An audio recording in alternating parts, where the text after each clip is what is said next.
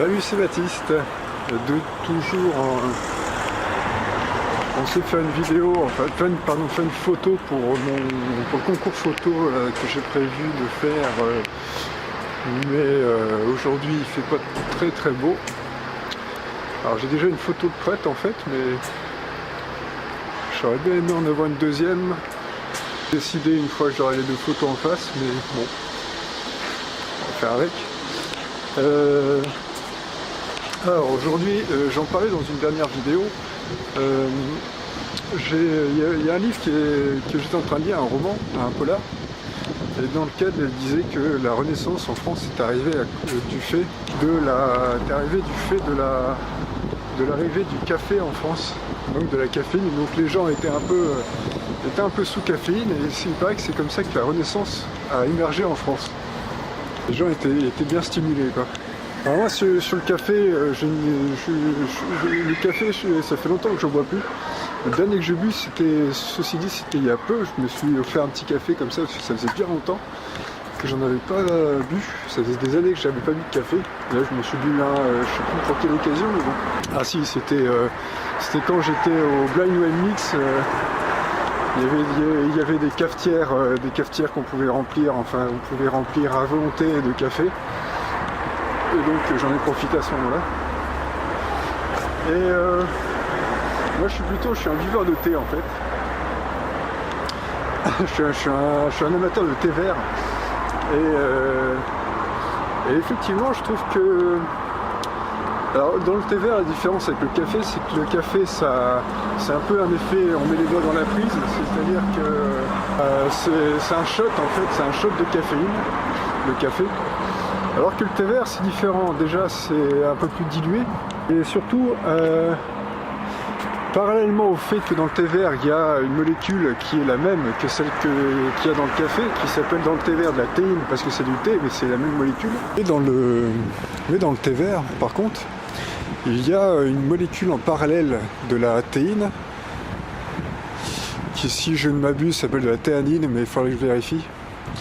Et qui en parallèle de distribuer de la théine, cette molécule-là, elle inhibe un peu l'effet de la théine. C'est-à-dire que la théine dynamise, c'est comme la caféine, c'est-à-dire qu'elle dynamise, elle fait monter un peu le rythme cardiaque, ça chauffe un peu, le cerveau, ça stimule le système nerveux.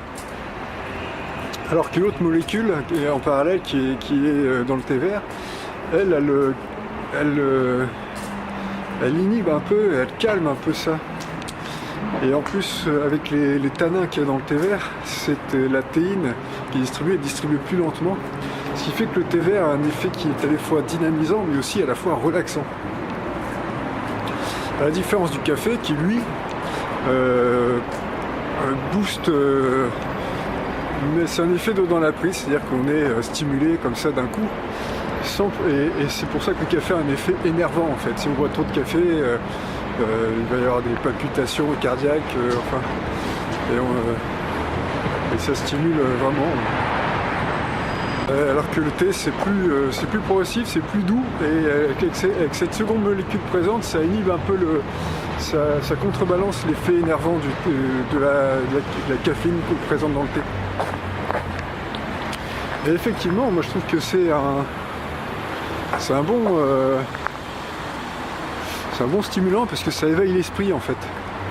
Ça éveille l'esprit, et puis en plus c'est naturel, c'est-à-dire qu'on met ses feuilles de thé, c'est tout un rituel. On met ses feuilles de thé dans sa théière. Enfin, on met de l'eau là-dedans, c'est quelque chose que c'est quelque chose que les hommes préhistoriques auraient pu faire, quoi. Pour peu qu'ils auraient découvert le feu, à ce moment-là, qui avait le thé à ce moment-là, ils auraient pu se faire du thé, quoi.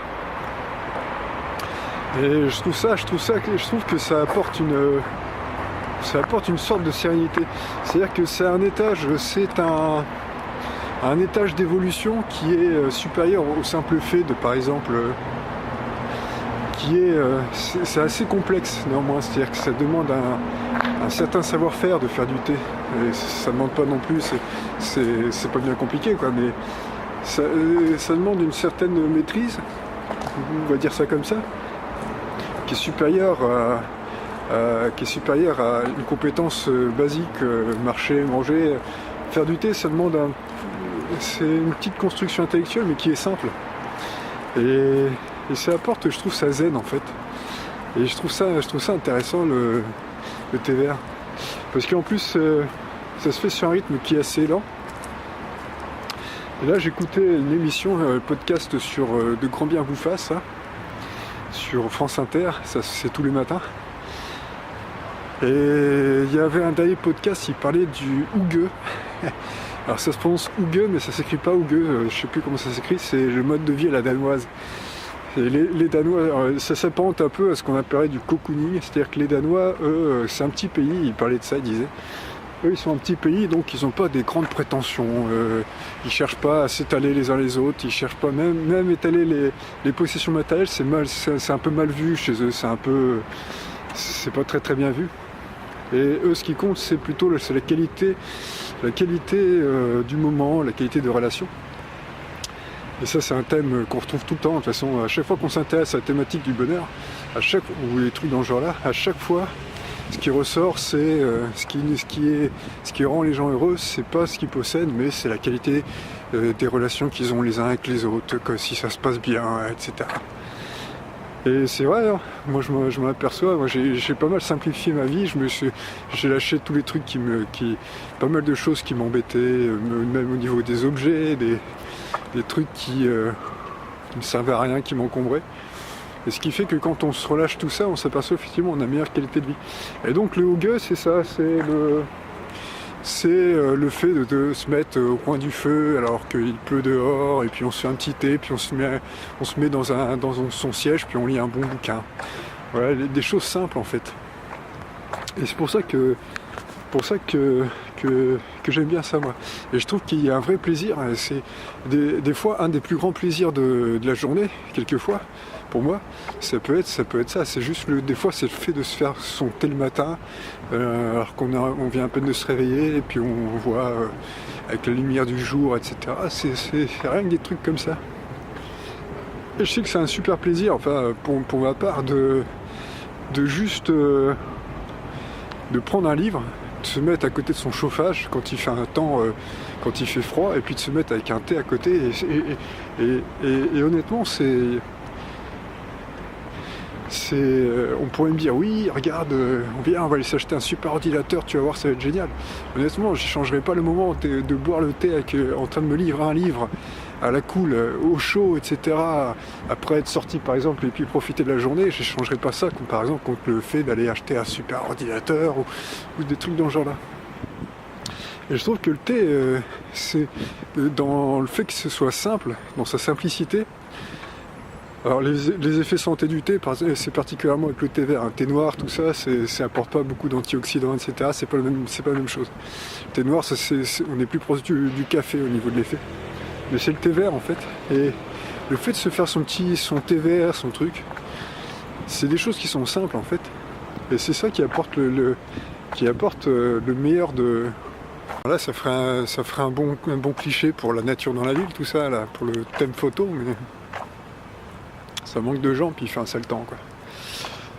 Et ouais, c'est les choses les plus simples qui sont les meilleures. C'est ce que je disais quand j'étais allé au Blind Wine Mix, là, le super rendez-vous des entrepreneurs du web et des gens qui travaillent sur le web, qui était à Lyon. C'est que dans cette journée-là, c'était super.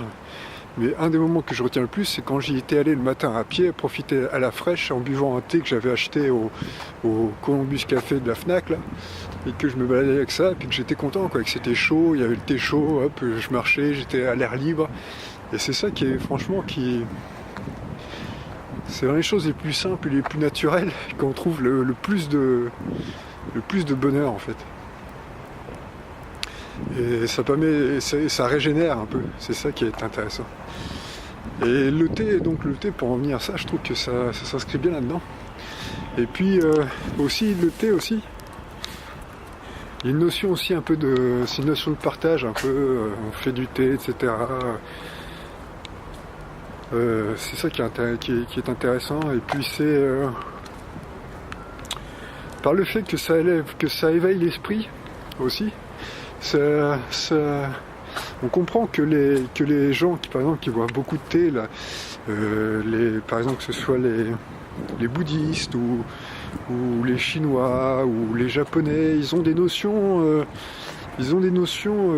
assez poussées, on a l'impression, sur tout ce qui est zen, tout ce qui est l'altruisme, tout ce qui est la simplicité, tout ce qui est l'épure. Par exemple, au Japon, on voit bien que eux, bon, ils ont une société qui est à la fois traditionnelle et moderne, mais ils ont une base comme ça, un petit peu d'épurer les choses, de la simplification, la simplicité, et des choses dans ce genre-là. Et le thé, c'est peut-être son rôle à jouer là-dedans. C'est peut-être, c'est un des facteurs, à mon avis, qui joue dans toutes ces civilisations-là, qu'on retrouve un peu partout en Asie d'ailleurs.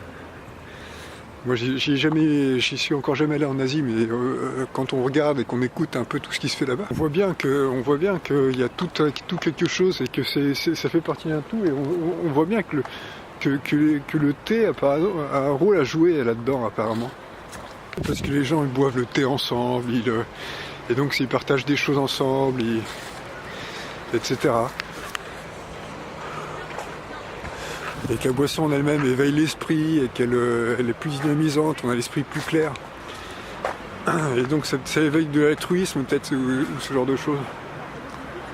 Donc voilà. Bon, c'est là que je voulais faire ma seconde photo pour le concours photo. Hein.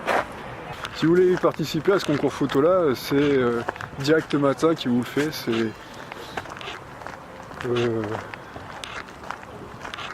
Voilà. Moi je le fais parce que j'ai envie, je trouve ça intéressant qu'il y ait de l'art, etc.